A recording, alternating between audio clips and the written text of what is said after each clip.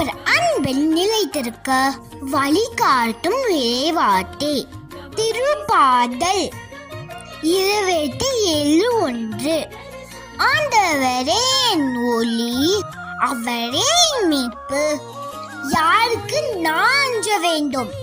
இறைவார்த்தை